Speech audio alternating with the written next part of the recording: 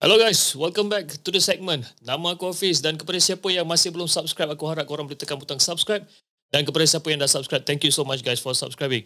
So guys, sebelum kita mula, aku just nak info pada korang yang kita dah available di Spotify, Apple Podcast dan also di Google Podcast. Korang boleh cari The Segment Podcast. Okay, malam ni malam kisah seram subscriber, malam podcast. Sebelum tu guys, jom kita layan the intro.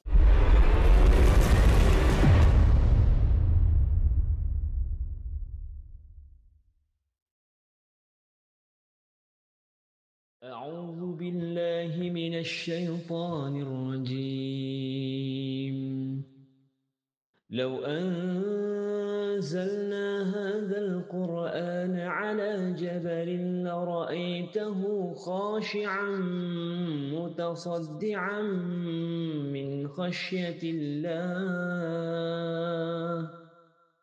وتلك الأمثال نضربها للناس لعلهم يتفكرون صدق الله العظيم.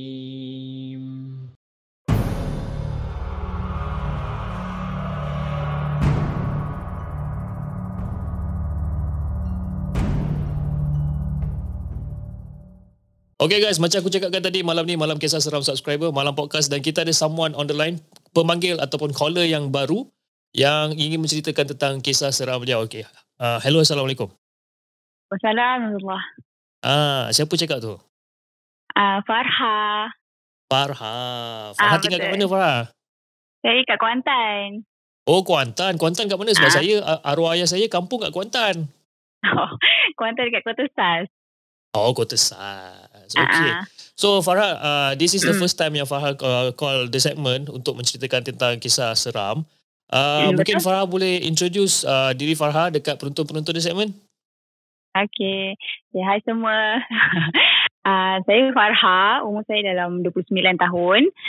So, saya sekarang ni seorang researcher dekat Universiti Malaysia Pahang lah.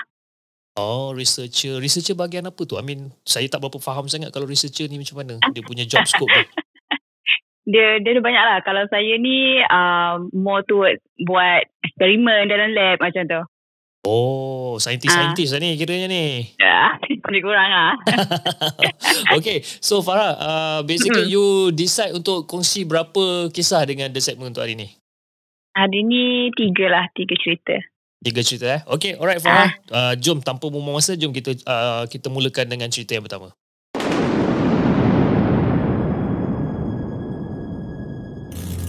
Okay, so cerita pertama ni berlaku tahun dalam 2016 lah, tak silap. Masa tu tingkatan 2. Okay, so basically dulu saya sekolah, saya masih Kuantan tapi dulu saya sekolah dekat Terengganu, dekat Besut. So dekat situ kita orang sekolah harian biasa. Cumanya saya tinggal dekat asrama lah. Nak dengarkan cerita pula. Saya kat asrama tu stay dengan kakak saya. Kakak saya tingkatan 4. So saya tingkatan 2 kan.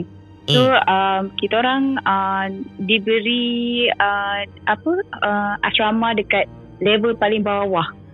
So level paling bawah tu nama dia level A lah. Maksudnya dorm A yang kita orang panggil macam tu.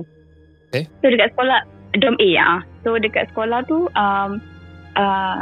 pada satu hari tu lah petang dia macam mana kita orang balik sekolah tu dalam pukul 2 lebih macam tu lah. Sebab kita orang solat Zuhur berjemaah dekat surau sekolah. So terus balik. So biasanya saya terus balik lah kan. So duduk asrama, biasanya balik makan semua and then masuk dorm. So saya tak tahu kenapa pada hari tu akak saya dia balik lambat. So saya balik dululah. Dan surprisingly katil akak saya tepi saya. So, macam okay. So macam nampak je lah kan dia balik ke tak balik. Okay. So saya dah balik semua, dah rehat, dah macam buat homework semua kan. Dia tak balik lagi. So sampai dalam asar macam tu lah, dalam 5 lebih macam tu. So dia balik. Dia balik tu dia terus baring atas katil. Dan dia macam seorang nak tidur lah macam tu. So saya cakap kat dia, saya cakap, weh kau nak tidur ke? Asar ni tak elok lah tidur lepas asar, dia kata macam tu kan. Lepas tu dia just cakap aku penat je kat macam tu. And then dia tidur kan. Sebab saya bukan apa, saya bimbang time tu dia perempuan kan, dia period. So saya macam dah lah dia period, lepas tu dia nak tidur lepas asar kan, orang cakap tak elok kan. Lepas tu macam okay lantak lah kan, dia kena marah pula kan, banyak hal pula adik ni kan. Lepas tu dia tidur lah. Tidur tu dalam nak maghrib juga lah kot. Saya kejut dia. So saya kejut dia, saya cakap bangunlah, sebab kita orang ni kalau dekat asrama maghrib memang kena pergi surau. Sebab kita orang kena solat berjemaah maghrib dengan isyak lah kan dekat sana. So memang wajib untuk kosongkan semua dom. So saya kejut lah dia, takkan nak tinggal dia seorang kat situ. So kejut dia semua, dia bangun. Dia at first tu dia susah nak bangun. Dia macam tak gerak langsung. Tapi saya berjaya gerakkan dia. So kejutkan dia, dia bangun. Dia bangun tu dia macam kita kan kalau kita tidur tu kita bangun, kaki kita melunjur macam tu kan. So dia punya muka facing pada cermin aku yang sekeping-sekeping tu kan. So dia facing situ, dia tak facing saya, dia facing situ. So saya macam ingatkan macam okay, orang baru bangun tidur kan, macam mamai ke apa kan. Tapi mata dia merah sangat. So saya macam biasalah orang yang baru bangun tidur macam tu lah kan. So saya tak fikir panjang. So saya cakap kat dia, kau nak mandi tak? Sebab yelah kan balik sekolah terus tidur tak mandi kan. Kau nak mandi tak? Lepas tu dia macam diam je. Saya tanya dia lagi, kau nak mandi tak? Kalau kau nak mandi aku temankan. Saya cakap macam tu. Lepas tu dia macam dia cakap macam tu je. So saya macam okay. Saya pun macam jomlah, tu bangunlah kan, jomlah kita pergi temankan dia. Dia macam dia tak bergerak tau. So saya macam kena arahkan satu-satu. Bangun, ambil towel kau, ambil kau punya barang mandi semua, jomlah macam tu kan. So dia buat, saya arahkan satu-satu. Dia macam kita ketuk-ketuk, baru dia jalan kan. Okay. So masuklah toilet. Toilet dia ni dia macam toilet Nabil Hafiz. Dia macam ni dia sekali dengan shower tau. Kalau masuk belah kanan tu shower punya lanjuran, belah kiri toilet, tengah-tengah ni dia macam cermin. Cermin banyak-banyak lah. So dia masuk je toilet. Tapi sepandang lah dia masuk toilet, dia tengok je cermin tu. Dia macam aduhai, lambat lah. Sebab kita orang kenalah cepat kan. Kita diberi masa tu sebelum orang azan tu memang kena ada dekat surau macam tu. So dia macam pandang cermin. So dia cakap cepatlah sikit, dah lah awak teman kan macam tu kan. So kat shot tu dia dah settle mandi semua, masuk dorm. Okay, masuk dorm tu saya dah siap-siap pakai yelah telekong semua kan, nak pergi surau. Dan pada masa tu juga adalah ahli-ahli dorm lain lah, macam adik-adik senior, kakak-kakak senior kan dalam dorm tu. So diorang pun tengah siap-siap juga. Tapi masalah sekarang ni, kakak saya dia terus duduk atas katil. Dia nangis.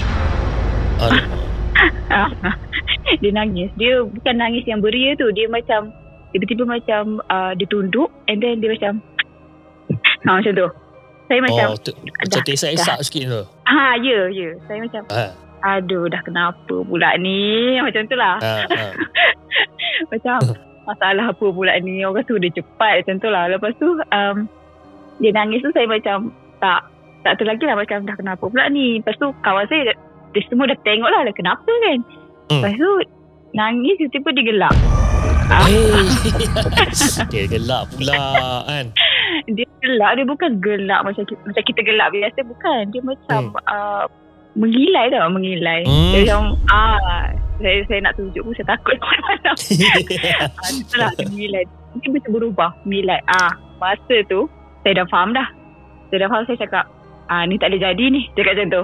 Kawan saya tak faham lagi. Kawan saya macam kenapa macam tu kan.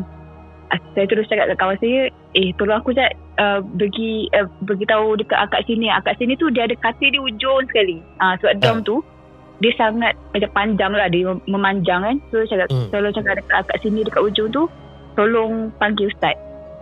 Cakap macam tu. Dan happen to be ustaz adalah warden time tu lah. So lepas cakap kat dia, bagi Ustaz tolong datang sebab ni lah sini kan beritahu akak saya macam dah tak sedar dah ni, cakap macam tu. Lepas tu minta perkecualian lah, tak pergi surau lah macam tu. So akak tu macam pergi kan. So dia pergi tu start je akak tu macam melangkah keluar daripada pintu dom tu. Akak saya terus meracau. Dia terus macam daripada dia diam, dia terus menjerit. Dan dia macam selang-seling. Alternatively dia nangis, dia gelak, dia jerit, macam tu. So tiga emosi tu. Apa benda ni? Saya macam apa benda pula ni. Saya pun macam tak reti nak handle lah benda tu. Dan kawan-kawan saya, of course lah, kawan-kawan kat tepi, diorang lagi dah takut daripada saya, betul tak?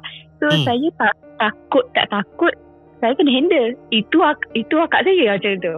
Lepas tu cakap kat dia, saya bagi nama dia Na kan. Saya cakap, Na, kau sedar tak? Na. Lepas tu saya panggil dia gelak. Saya panggil dia gelak. Saya macam, okay, dia memang tak sedar lah ni, saya cakap macam tu. So saya minta tolong kawan saya, sebab saya nak jaga akak saya kan. Saya minta tolong kawan saya 2 orang, pergi berdua, naik dom atas. Sebab dom atas dekat tingkat, saya tak ingat, tingkat 3, tingkat 4 macam tu lah, ada kawan akak saya ni. Kawan akak saya ni, dia macam alim sikit lah. Dia macam orang tilawah kan. So dia boleh tak tolong panggil dia, nama dia Kak Aini, panggil dia turun bawah, cakap Kak Nani dah tak sedar, nak minta Kak Aini turun bacakan apa-apalah kan. Lepas tu kawan saya pun pergilah panggil. So lepas kawan saya 2 orang tu keluar pula daripada dom, akak saya nak berlari keluar. Dia nak berlari, dia bangun nak berlari keluar dom. Kita orang panik gila lah. Kita orang panik. Memang satu dom tu memang saya rasa tak pergi kot surau satu dom tu. Kita orang panik. So orang yang katil hujung, yang dekat dengan pintu, sebab pintu ada 2 tau. Satu pintu macam belah kanan, satu belah kiri, tapi dia sangat hujung ke hujung macam tu. So orang yang katil hujung ke hujung tu, dia orang macam alhamdulillah, dia orang macam cakap bangun, terus tutup pintu, kunci, dan dia orang macam berdiri di depan pintu tu lah, tak nak akak saya keluar. So masa dia nak keluar tu, dia meronta-ronta tau. Dia macam, aku nak ikut dia. Saya tak tahu dia nak ikut siapa. Kau nak ikut siapa? Macam tu lah. And then time tu, saya tak tahu lah, time tu saya jadi macam nak marah tau. Saya macam, bukan saya marah dia, bukan saya marah kawan saya, tapi saya macam macam ni, macam tak tahu, saya macam nak marah macam tu. So, nak marah pada kakak ataupun nak marah pada keadaan sekeliling masa tu? Yes, saya mungkin nak marah pada keadaan sekeliling. Saya tak marah pada kakak saya. Saya macam marah benda yang berada dalam badan dia. Macam tu. So, faham. Lepas tu saya cakap, saya jerit tau itu. Saya jerit depan muka dia. Padahal dia akak saya macam tu lah, macam aku ajarnya macam tu. Saya kata dia, saya kata, kau nak ikut siapa? Kat luar tu tak ada siapa. Kau nak ikut siapa? Saya cakap macam tu. Masa dia kata, aku nak keluar. Memang dia menangis lah. Aku nak keluar, aku nak ikut dia, aku nak keluar macam tu. Saya cakap, kalau kau keluar, aku pasti kau akan lari lah. Tak tahulah dia nak lari pergi mana, hutan ke, sebab belakang sana, belakang dom kita orang tu macam hutan sikit. So tak tahulah dia nak lari pergi mana kan. So takutlah dia lari masuk hutan tu, nak cari susah pula. Cakap, kau nak pergi mana? Belakang tu hutan. Kau nak pergi mana? Kau pasti akan hilang je lah. Cakap macam tu. Lepas tu dia nangis, dia meronta, dia macam tak tahulah macam orang sawan macam tu lah. Lepas tu kat short ustaz datang. So kita orang macam semua macam panik ustaz kan lelaki kan, so panik cari tudung semua. So saya dah pakai telekung, saya siap. Akak saya pakaikan dia tudung lah. So ustaz datang masuk tu, ustaz tanya ni siapa kan. Lepas tu cakap ni akak saya semua-semua. Apa jadi. Lepas tu tak tahulah ustaz tu bacakan apa semua kan. Kita orang masa tu kita orang macam panik tau, macam tak terfikir nak baca apa-apa ke Yasin ke, tak terfikir masa tu. Sebab dia macam first time berlaku. Sebab lepas tu dia ada rentetan dia, cuma saya cerita sampai sini je lah yang berlaku dalam dom tu. So ustaz tu dah baca apa semua. Saya tak tahu lah dia baca apa, cuma adalah ayat-ayat dia tu kan. Dia baca, kak saya menjerit, dia kata, diamlah, panas lah, dia kata macam tu. Lepas tu memang diulang benda sama. Dia cakap diamlah panas. Lepas tu dia macam dia nak berlari tau. Dia tolak ustaz tu. Saya tak tahulah tenaga apa dia ada. Dia tolak ustaz tu. Dia menuju ke pintu dan dia berjaya buka pintu tu. Dia keluar. Saya dah macam dah keluar pula, nak ke mana pula tu. Itulah.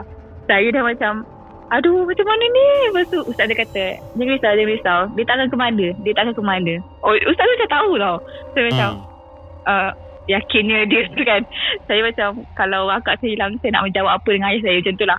Lepas tu ustaz dia kata, tak apa, jangan risau. Dia takkan ke mana. Dia akan keluar kat situ saja. Dia tak ke mana. Memang pun dia keluar kat situ. Lepas tu dia pengsan. Saya macam macam mana ustaz tu tahu, macam tu lah. Lepas tu kita orang semua keluar, angkut dia masuk. Dia pegang dia lah. So masa ni kita orang semua memang pegang dia sebab takut dia keluar. So ustaz tu teruskan dengan bacaan-bacaan ruqyah dia sampailah akak saya sedar. So akak saya sedar tu, saya tahu dia sedar macam ni, dia sebut nama saya. Dia cari saya dulu. Okay, so faham. saya macam okay, dah sedar lah kot. Dia cakap saya, lepas tu dia cakap macam ni. Dia kata dia ada lagi dalam badan. Dia kata macam tu. Sudah. Dia kata dia ada lagi dalam badan.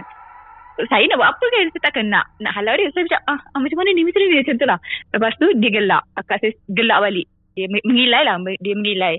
Masa dia mengilai tu, yang tu saya tak tahulah macam mana. Kawan saya katil depan tu, dia pula yang kena. Kawan saya katil depan tu dia kena. Dia start nangis lah. Dia nangis. And then akak saya mengilai lagi. Saya dengar tingkat atas, saya tak pasti tingkat berapa dom mana, saya tak pasti. Tapi tingkat atas dia macam sahut-sahutan, macam contoh kan, dom hash menjerit, tiba-tiba dom F menjerit. Dia macam tu. Dia macam berjangkit tau. Dia macam bersambung-sambung. Yes. Saya macam, alamak ustaz macam mana ni, macam berjangkit je. Macam tu lah. Lepas tu cakap ni dah saya tak boleh handle seorang ni, kena panggil another ustaz je kat macam tu. Sebab tak dan lah kan, yang atas tu siapa nak take care macam tu. Lepas tu terpaksalah yang akak senior dah datang tadi kan, dah panggil ustaz tu, terpaksalah dia pergi lagi sekali untuk panggil another ustaz. Sebab masa tu warden kita orang seorang je ustaz, which is ustaz tu lah, warden tu kan.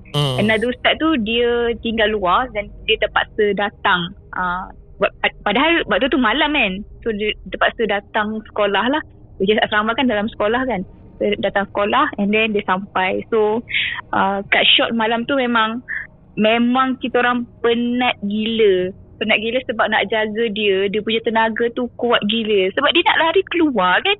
So dia macam menolak-nolak kita orang. So kat shot dah settle semua.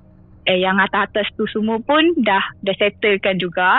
Tu semua dah sedar. Even akak saya pun sedar. Okay, so malam tu kawan saya yang nangis tu pun dah sedar juga.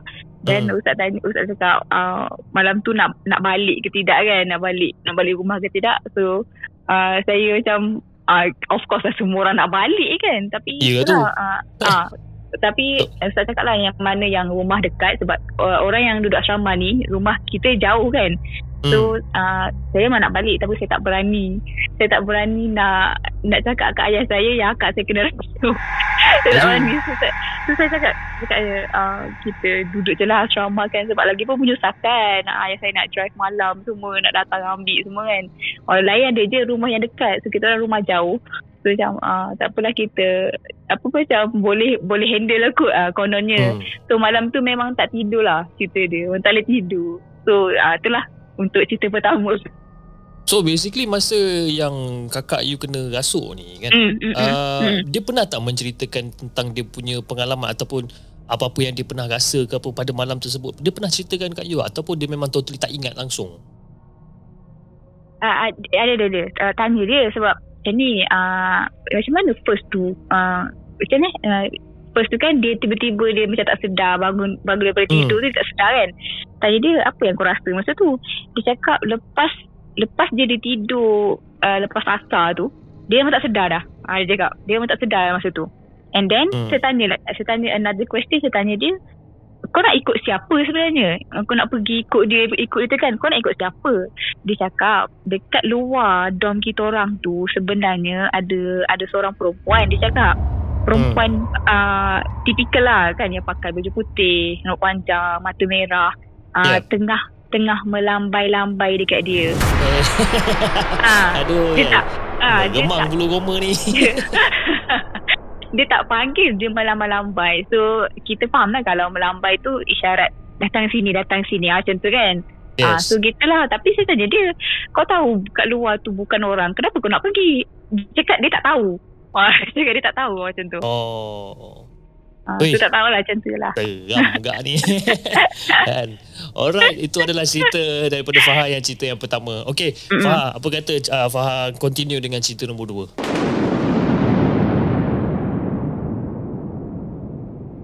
So cerita yang kedua ni masa saya study dekat UiTM Shah Alam. Boleh sebut nama Boleh kan? Sebut. UiTM Shah Alam ni tapi, dia ada banyak. Dia ada Puncak Alam, dia ada Puncak Perdana, dia ada main campus sama ada satu. UiTM Shah Alam. Masa ni saya punya camp, saya sebut je lah, tak apa, sebab fakulti dah pindah pun. Fakulti saya fakulti pendidikan dekat section 17. So sekarang ni kalau ada junior dengar ni, mungkin dia tak seram lah kot, sebab dia sekarang dekat Puncak Alam fakulti saya tu. So tak ada hal lah kot Lepas tu so saya stay dekat section 17 lah. Sebab kalau UiTM Shah Alam, dia section 1 kan, maksudnya kan yang besar induk dia tu. Tapi fakulti saya dia terpisah tau. Dia terpisah daripada induk. So dia ada dekat section 17. So saya section 17 kat mana? Section 17. Alah, dia dekat dengan tapak pasar malam lah. Oh, okey. Tahu. Dulu session bus kat situ kan. So saya menyewa dekat area situ lah. Area section 17 tu lah. Sebab fakulti saya kan. So ceritanya satu malam tu, saya tak ingat lah hari apa. Cumanya yang saya tahu, saya dekat rumah, ada saya dekat ruang tamu. Lepas tu kawan saya dalam bilik semua dah tidur. Lepas tu kita orang tujuh orang kat rumah. Tapi kawan saya seorang ni dia keluar, saya tak tahu lah keluar pergi mana. Tapi dia balik lambat. Dia cakap dia nak balik lambat maybe dalam hampir jam 12 macam tu lah. So saya saya cakap kat dia, okay, saya akan kunci pintu semua lah. So pandai-pandai lah buka kan nanti, macam tu lah. So saya memang sure saya punya pagar macam ni, Abang Fiz, rumah kita orang ni tingkat atas tau. Tingkat bawah ni owner. So kalau nak masuk rumah, nak naik ke pintu rumah kita orang, kena naik tangga. So tangga tu akan melalui pagar dahulu, and then baru jumpa kita orang punya pintu. Okay, pagar kita orang. So basically dia macam townhouse lah. Betul. Okay, faham. So pagar kita orang ni special dia berbunyi tau. Kalau buka dia bunyi krik macam tu. So kalau kita buka, kalau ada orang lalu, kita tahu lah. Kita tahu ada orang buka macam tu. So kalau kawan saya balik, saya dengar je lah kalau dia balik kan. So memang saya sure malam tu saya dah tutup. Dan saya tutup pagar tu, dan saya kita selak dia tu kan. Saya masukkan selak dia. And then kita orang punya pintu rumah, saya sure saya dah kunci. Saya dah tekan tombol dia tu. Okay. So lampu dekat ruang tamu tu, saya masa tu tengah buat apa, assignment ke entahlah. Tapi saya seorang lah dekat ruang tamu. Saya mengadap laptop, dan saya tengah mengadap laptop saya tu macam ni. Saya mengadap laptop, dan pada masa yang sama saya mengadap pintu utama, dan tepi pintu utama tu adalah cermin aku yang keping tu kan. Okay, lampu luar tu buka, lampu dalam ni tutup. So basically orang luar tak nampak saya nampak orang luar, betul tak? Betul. Okay, so dalam pukul 11 lebih, belum sampai pukul 12 lagi tak silap saya, dalam 11 lebih, saya tengah kusyuk buat saya punya assignment ni. Tiba-tiba saya nampak dia macam satu bayang-bayang dekat cermin aku tu. Saya sure yang bayang-bayang tu hak milik seorang lelaki. Sebab badan dia dia punya bahu, dada dia macam bidang tau. Lepas tu kepala dia botak. Saya memang ingat lagi kepala dia botak. Dan tapi saya tak nampak macam ni. Kalau orang kan kita akan nampak macam mana nak cakap, tapi dia ni macam lembaga hitam macam tu. Dia macam hitam keseluruhannya. Tapi saya masa tu tak terfikir dia ni entiti ke. Saya tak fikir benda tu. Saya fikir dia orang dan dia lelaki. Faham tak? Rumah kita orang ni semuanya perempuan. So apa yang saya fikir, perogol ke? Masa tu saya fikir macam tu, perogol ke? Dah lah kepala botak macam tu lah kan. Naik dia dah berada di tingkap tu. Maknanya dia dah melalui pagar yang berbunyi kring tadi. Tapi masalahnya Hafiz, pagar tu tak bunyi. Okey, pagar tu tak bunyi. Saya macam fikir, dia melangkah lah kot pagar tu. Macam tu lah. Macam tinggi sangat kau melangkah pagar tu. So dia dah jalan. Dia jalan, dia steady je. Dia macam jalan masuk, nak menuju ke pintu kita orang. Saya dah risau dah masa tu. Saya takut macam, yelah lelaki kan, pecah masuk, apa dia nak buat? So saya dah risau masa tu. Saya tutup, saya just tutup je laptop saya. Saya tak shut down, saya just tutup je laptop saya. Saya merangkak Hafiz. Sebab saya takut dia nampak saya. Saya merangkak daripada laptop saya, merangkak sampai dekat ruang tamu tu. Okey, ruang tamu kita orang ni, masuk je, pintu masuk tu belah kanan adalah dapur. Okey, so saya merangkak menuju ke dapur, which is belah kiri daripada pintu tu lah. Merangkak ke dapur, saya nak ambil pisau. Nampak tak dia punya survival skill dia? Dia punya survival skill tu lain macam tu kan. Okay. Alright. Saya takut sangat. Saya macam fikir, kalau perogol ni masuk memang aku bunuh dia, macam tu lah. Yelah tu. Lepas betul. Sebab saya nak panggil kawan saya, saya dah takut dah. Saya tak boleh dah. Dengan nak buka pintunya lagi. And then saya just ambil je pisau tu. Memang saya pegang. And then saya ke tingkap tu. Sebab saya nak intai. Orang kat luar tu. Sebab lelaki tu masih berdiri di situ. Berdiri dengan tangan dia macam ke atas tau. Dua-dua tangan dia ke atas. Saya tak tahu dia buat apa. Sudah. Okay. Yes, saya nampak dekat cermin tu. Dia tak sampai kat pintu tau. Dia cermin aku tu, dia berada di situ dan dia mengangkat tangan dia. Saya tak tahu dia buat apa. And then saya ambil pisau tu kan, saya mengintai dia daripada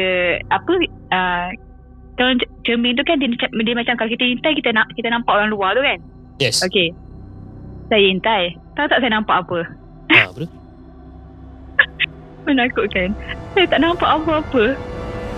Tak ada orang. Hai, sudah. Apa benda pula yang kau nampak yang tadi tu? Tapi masalah dia bayang-bayang dia masih ada di situ. Faham tak? Okay. Faham. So basically apa benda yang you nampak dekat cermin tu, you tak nampak apa-apa, tapi bayangan dia tu masih ada dekat kawasan situ juga. Ya. Masa tu saya menggigil. Saya macam, okay, ini bukan orang. Macam tu. Saya menggigil, tapi saya diam je lah. Saya menggigil and then saya ke belakang sikit lah sebab saya tak nak intai dah. Saya nak tengok bayang-bayang tu nak pergi mana. Macam tu. And then bayang-bayang tu dia bergerak turun balik. Nak turun balik ke tangga dan pagar saya tadi. So dia menghala ke pagar. Dan memang saya macam dengar betul-betul pagar tu bunyi ke tidak macam tu. So dia menghala ke pagar, memang pagar tu tak bunyi. Tak ada bunyi langsung. So saya macam, Allahu Akbar, ni bukan orang lah ni. Macam tu. And, tapi saya macam diam je lah. Malam tu saya tak cerita kat siapa-siapa. Letak je pisau, saya tidur. Macam tu. Esoknya saya memang cerita lah dekat seluruh housemate saya. And then kebetulan saya baru perasan housemate saya jemur, maaf lah cakap jemur anak-anak. Tak anak-anak. Yes. Perempuan kan dia jemur anak-anak dia dekat luar. Dah malam kan dia jemur kat luar. Lepas tu saya cakap kat dia, dah nampak benda tu. Saya pun tak tahulah dia buat apa benda tu. Dengan tangan dia mengangkat dua-dua macam tu kan. Adakah dia nak mengambil benda tu ke, saya tak tahulah. Saya kata better you buang lah, ataupun you bakar lah. You punya tu kan jangan pakai. Saya cakap dia memang tak pakai lah, memang dia bakar lah. Memang. Dan sebenarnya bukan saya seorang yang nampak benda tu. Ada orang lagi yang nampak ni? housemate saya yang seorang lagi dia nampak juga. Dia cerita lah lepas, tapi saya orang first yang nampak. Dia maknanya benda tu ada kejadian tu lagi sekali tapi housemate pula yang nampak. Yes, betul. Tapi saya tak tahulah. Sebab saya tak tahu sebab macam ni, lepas tu kawan saya ni dia ada makcik tau area situ. So dia ceritalah benda tu kat makcik dia, dan makcik dia happen to be jiran kepada owner rumah tu lah. So saya macam tak nak lah menjatuhkan fitnah pula kan. Cumanya saya dengar makcik dia cakap macam ni je. Dia kata, aku dah agak dah. Mesti dia tu. Dia cakap macam tu je. Saya tak tahu apa makna dia. Dia tu dia menunjukkan kepada siapa sebenarnya? Saya tak tahu. Cuma dia kata dia tu. Dan husband cakap, tak baik lah kita tuduh macam tu. Saya macam, orang ke? Macam tu. Faham tak? Saya tak pasti. Saya tak pasti adakah orang tu mengamalkan sesuatu. Gitulah. Tapi saya tak pasti. So mungkin itu petua dia lah. Dia mengamalkan sesuatu, tapi dia punya petua adalah untuk mencuri benda-benda tu lah. Saya pun tak pasti. Mungkin. Tapi memang saya tak boleh lupa. Saya nampak tak ada apa-apa kat luar. Saya expect untuk tengok sesuatu macam orang ke kan. Expect boleh nampak reflection daripada cermin lah. Tapi bila tengok kat cermin tu tak ada benda, tapi bila you tengok balik dekat lantai, dekat dinding tu memang ada bayang-bayang tu betul. Apa benda pula tu Okay guys, kalau kepada sesiapa yang tahu apa benda yang Farha ni nampak sebenarnya, ataupun ilmu apa yang orang tengah mengamalkan sebenarnya, korang komen dekat bawah, komen dekat chat box. So that, sebab aku pun tak tahu sebenarnya apa benda yang orang tu mengamalkan sebenarnya kan. Tapi Farha, saya ada satu soalan sebenarnya. Bila you cakap pasal anak-anak tadi tu kan, anak-anak ni apa? Anak tudung ke apa? Bukan. Pakaian dalam. Okay. Kau tengok dia punya bodoh dia macam mana kan. Macam tu. Kita mana tahu kan. Bila fikir anak-anak, takkan kau jemuk anak-anak kau pula kan. Anak tudung lah. Itu je lah yang kita tahu. Sorry guys kan. Kita chip tak tahu. Okay. Alright. So benda ni jadi tahun bila masa tu? Masa tu zaman degree saya lupa, ada 2000 berapa 14, 15 macam tu lah. Lama lah, dalam 5-6 tahun jugalah benda ni. Betul. Tapi nasib baik lah sekarang dekat sana dah tak jadi fakulti untuk budak-budak dekat UiTM Shah Alam kan. Cik baik. Kalau kata kena masih lagi jadi fakulti kat sana, mendapat. Kan. Aduh, yai. Alright, menarik cerita ni sebab dia, orang kata cerita ni dia macam seram-seram, tapi yelah you tak nampak muka, tak nampak bentuk badan dan sebagainya, you just nampak macam Alhamdulillah lah kan. Alhamdulillah. Tak nampak apa-apa kan. Tapi itulah I rasa you punya macam apa kata you punya reflection ataupun you punya tindakan refleks you adalah you fikir ini mungkin ada orang nak pecah masuk, nak buat benda jahat kan. So betul lah tindakan tu kan, untuk pergi ke dapur ambil pisau dan sebagainya, betul lah tu. Tapi bila dah mengintai tengok kat cermin tak ada benda, pening kepala. Kan? Betul. Itulah kalau kena kat saya pun pening juga kepala sebenarnya. Kan? Okay, Farha, apa kata Farha teruskan dengan cerita yang ketiga.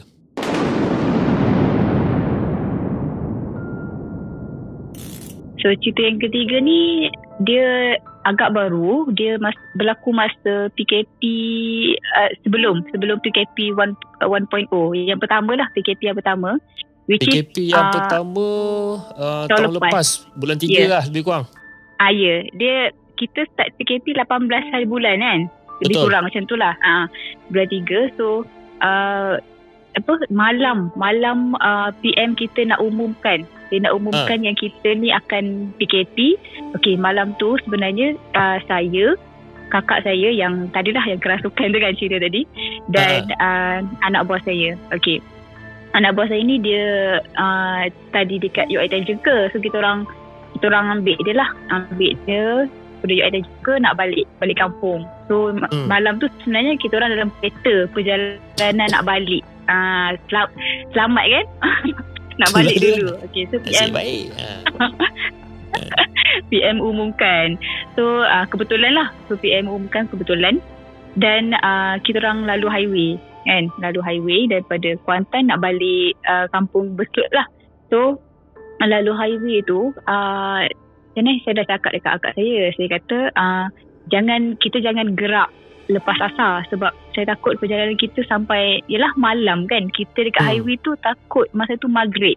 Takut saya elok sebab anak buah saya ni nama dia kita panggil Nini. Anak buah saya ni dia dulunya pernah kena buatan orang. Okay, so bila kena buatan orang, ada benda dalam badan semua kan, orang cakap once orang tu kena, kemungkinan dia akan kena lagi macam tu lah kan. So saya fikir takut dia tiba-tiba apa ke kan. Lepas tu akak saya macam janjilah dia nak tak nak gerak lepas asar, tapi tak tahulah macam mana, banyak kerja ke apa semua kan. Dia cakap terpaksa lepas asar juga. So yang drive-nya saya. Okay, so saya drive lah daripada Kuantan, lepas tu masuk highway semua kan. So masa tu saya lupa kat mana, tapi masih dekat highway lagi, dah masuk maghrib. Okay, sebelum azan tu saya keep on panggil nama anak buah saya tau. Saya tak tahu kenapa, saya rasa tak sedar hati masa tu. Saya panggil sebab dia kat belakang tepi saya, co-pilot akak saya, so saya drive kan. So saya panggil nama dia. Dia kata Nini. Dia kata macam tu. Masa tu dia menyahut lagi. Dia kata ya apa, tak ada saja je. Dia kata macam tu. And then selang sekejap saya akan panggil nama dia. Saya tak tahu kenapa, saya rasa saya tak sedar hati. So saya keep on panggil nama dia sampailah orang azan maghrib. Okay, so orang azan maghrib tu saya panggil nama dia tak menyahut. Dia diam. Sudah. Okay, dia diam. Tapi saya tak fikir lagi lah masa tu apa benda ke, cuma mungkin dia tertidur, saya tak pandang lah pula kan. So saya macam okay, diam je lah. Selama tu dah nak keluar highway kan, nak exit. So exit tu saya panggil nama dia lagi sekali, Nini. Saya kat macam tu. Dia diam. Saya pun macam kuatkan lagi suara saya, Nini. Diam lagi. Saya pun cakap kat kakak saya, cuba tengok belakang. Saya kat macam tu. So kakak saya pandang belakang, nak tengok lah apa benda kan. Nini ni dia duduk macam biasa lah kan, kita duduk atas kursi kan, duduk tapi kepala dia tunduk bawah. Dia tunduk bawah. Dia tunduk je. Tak tengok atas lah. Biasa kita kalau normal person, kita kan tengok depan kan, tengok jalan kan. Tapi dia tunduk je.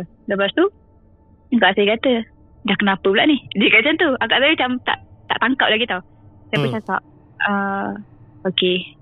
Okay, watch out. Saya kata tengok, takut dia tiba-tiba buka pintu ke apa ke kan. Saya kata macam tu. Lepas tu akak saya macam, kenapa macam tu. Saya cakap kau diam je, kau tengok je dia, tengok dia buat apa. Dia kata macam tu. Sebab saya dah faham lah, ada benda lah tu, ada benda yang dah berada dalam badan dia lah. Tapi dia alhamdulillah dia tidak orang cakap meronta-ronta ke, menangis ke, tidak. Tapi dia diam je. And then masa tu dah sampai mana dah nak masuk Stew. Lepas Stew baru Besut, baru kampung saya. So dekat Stew tu ya Allah Abang Hafiz, saya nak terkencing masa tu. Saya nak terkencing. Lepas tu saya cakap lah, aku dah tak tahan dah ni, kita kena cari mana-mana lah kan, petrol station kita kena berhenti juga. Sampai saya kata, kau gila ke?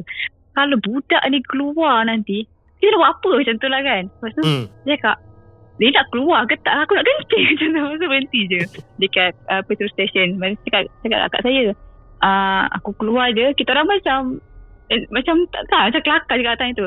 Saya kata aku keluar je, kau kunci pintu. Cakap macam tu, jangan bagi dia keluar. Lepas tu dia kata okay. Kita orang macam count lah, 1, 2, 3. Saya keluar, dia kunci. Lepas tu and then kita tukar driver lah. Akak saya drive, tukar driver. And then masa tu saya macam aku nak buka apa, surah ke apa ke kan, macam tak tahu nak buat apa. And then tapi saya macam teringat balik apa ustaz pernah cakap. Dia kata kalau kita tak pandai nak handle orang yang kerasukan ni, jangan pandai-pandai kita buka surah. Sebab kadang-kadang surah tu kita tak tahu adakah that surah is actually ayat-ayat ruqyah. Kalau tersalah buka ayat-ayat ruqyah tu, memang kena lah kan. Memang dia akan rasa panas. And then baru dia akan start meracau lah. So bahayalah kan. So saya fikir kalau dia meracau dalam kereta, matilah macam tu. So saya macam okay, jangan buka. Saya pun WhatsApp abang saya. Abang saya ada kat kampung lah masa tu. Saya cakap macam mana ni kan, saya nak buat apa gini-gini. Terus akak pula, abang saya kata kau jangan buka.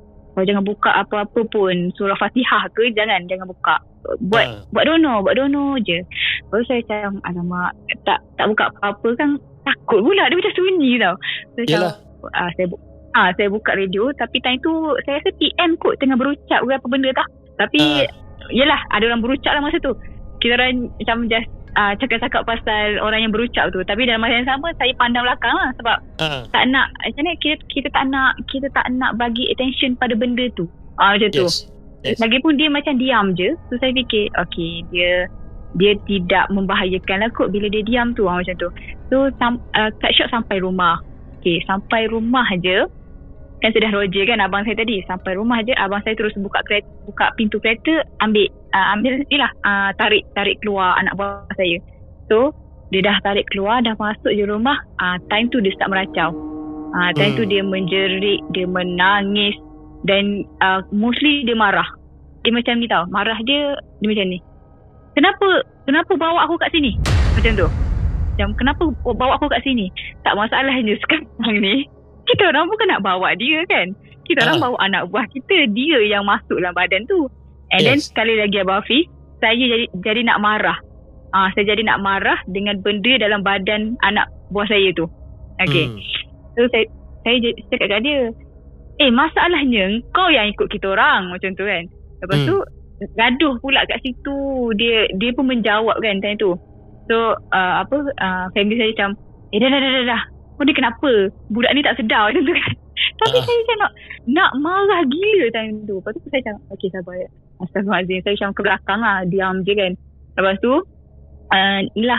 so malam tu kita orang panggil abang saya panggil kawan dia. Happen to be kawan dia ni macam pandai lah bab nak ubatkan orang semua. So dia datang. Memang dia datang tu dia ubatkan apa-apa.